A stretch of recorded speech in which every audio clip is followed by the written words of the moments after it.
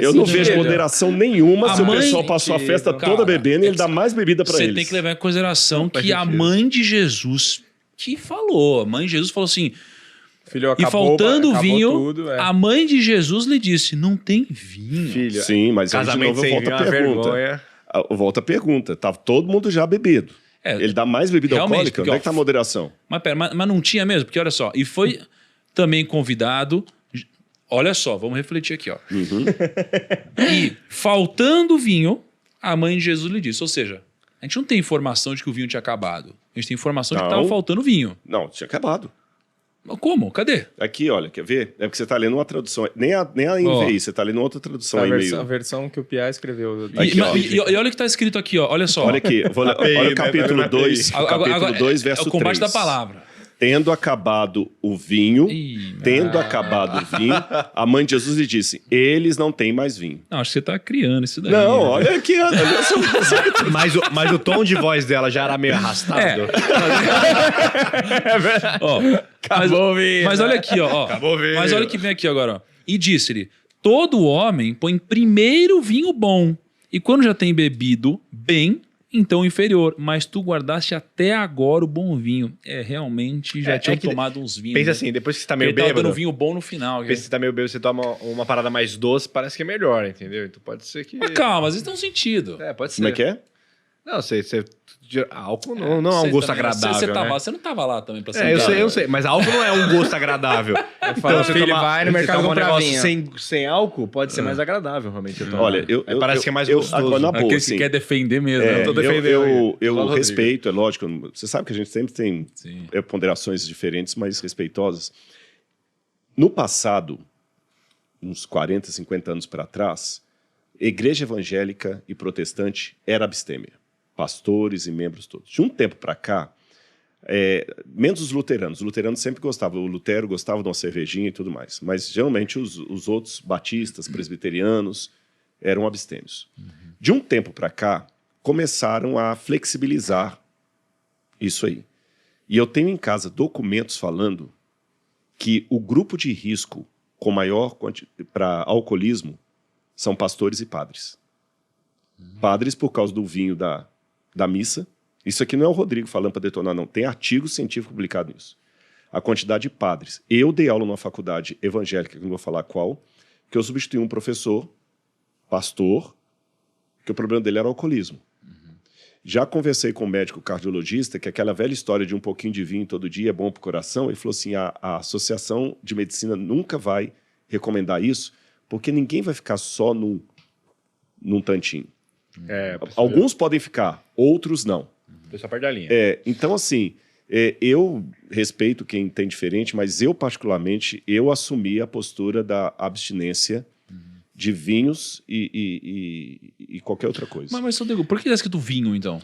Bom, aí é o seguinte, naquela época... não é que está errado, é porque é igual em português, manga. Pode ser tanto manga de camisa como manga de chupar. Mas a palavra é a mesma.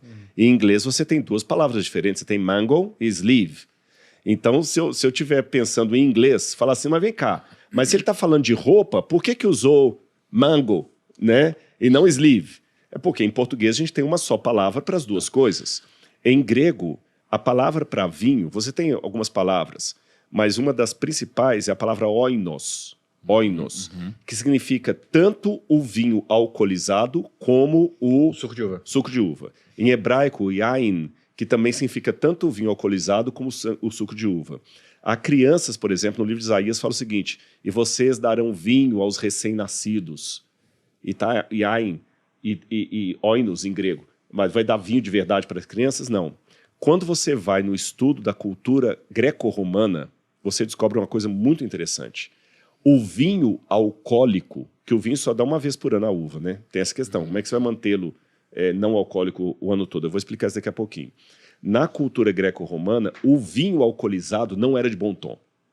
Eu vou fazer uma comparação e vocês vão entender. É como a maconha. Eu sei que tem muita gente que usa maconha, tem professor universitário que usa maconha, tem alguns que brigam para a legislação da maconha, etc, etc, etc. Mas o fumar maconha ainda é uma coisa abjeta.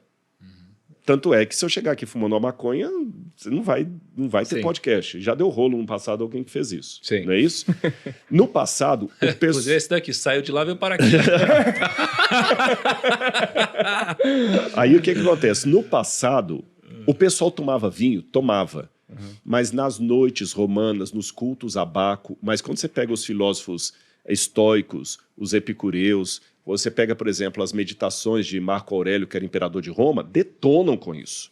Detonam com isso. Então você nota que não era comum, mesmo na Roma pagã, o consumo de vinho.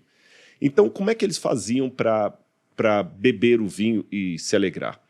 Eles pegavam, quando o vinho alcoolizado, eles pegavam sempre um pouco de vinho para misturar com a água, porque é o que purificava a água. Não tinha ideia de filtro.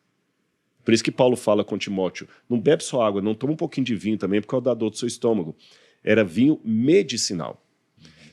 E uma das coisas, a gente tem, Plutarco fala sobre isso, você tem em Tácito, vários autores romanos, o vinho puro, alcoolizado, sem mistura de água, não era bem-vindo. No Apocalipse, quando Deus vai falar das pragas finais, que a cólera de Deus está caindo, fala o seguinte, e eles beberão do vinho da cólera de Deus, preparado sem mistura.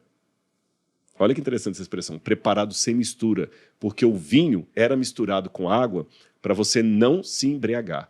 E eles faziam também muito vinho de uva passa para virar um suco de uva.